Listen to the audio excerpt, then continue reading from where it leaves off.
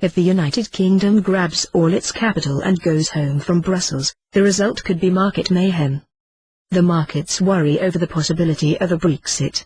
That the United Kingdom may actually pull the trigger and leave the world's biggest economic bloc, has been driving volatility for weeks.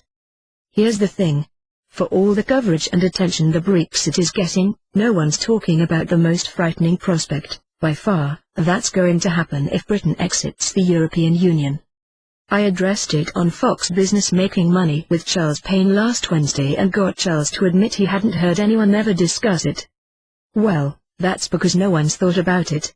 Make no mistake, this possibility is out there, and it's the ultimate black swan. And it's getting closer and closer. This black swan will cast a long, dark shadow. The European Central Bank, like every other central bank, including the U.S. Federal Reserve System, exists almost entirely on faith. Now, proper banks have to maintain convincing measures of their own viability.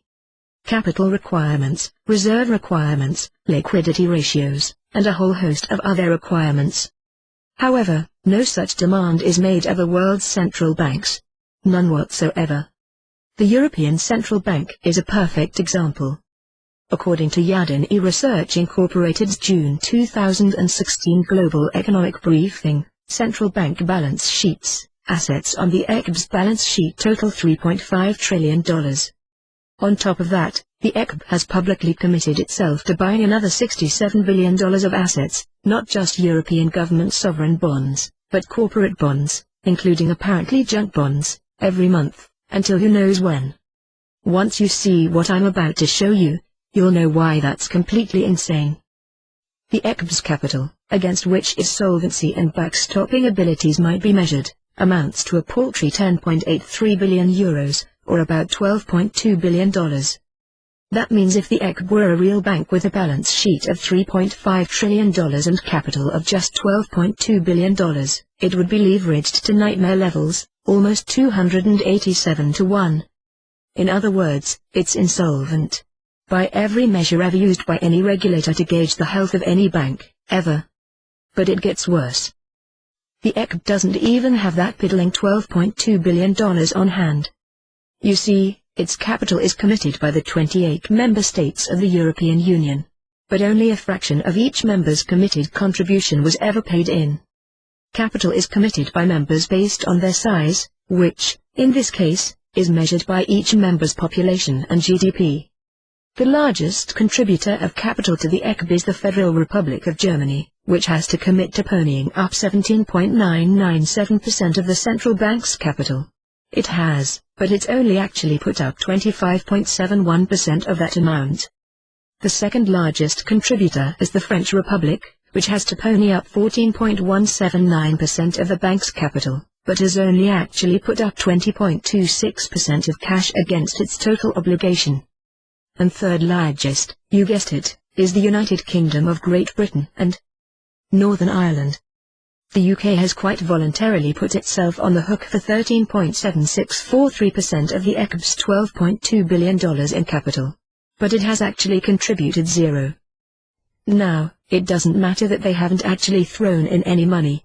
They are obligated to contribute and are capable of contributing, which is enough for the ECB to, with a straight face, be able to pretend the money's there and they've got the capital they say they have.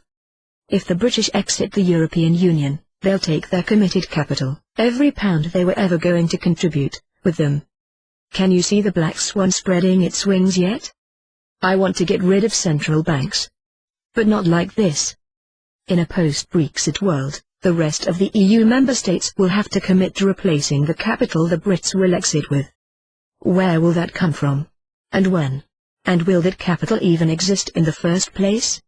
It's all funny money anyway, so maybe no one will care who commits more capital, or who has the means to, or that they don't have to actually put any up anyway.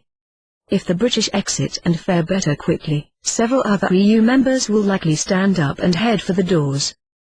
In that case, there might not be anyone left to commit funny money to the anemic, insanely over-leveraged central bank backstopping Europe's banks and all its economies. In the cold light of day, when this sorry state of affairs becomes front-page news, The markets could get spooked about the ECB's balance sheet and its astronomical leverage. Investors could quickly lose faith in the ECB as a central bank. Yes, that would be unprecedented. And remember, central banks have always existed on faith and not much more. In the United States, for example, it's believed that taxpayers essentially backstop the Fed.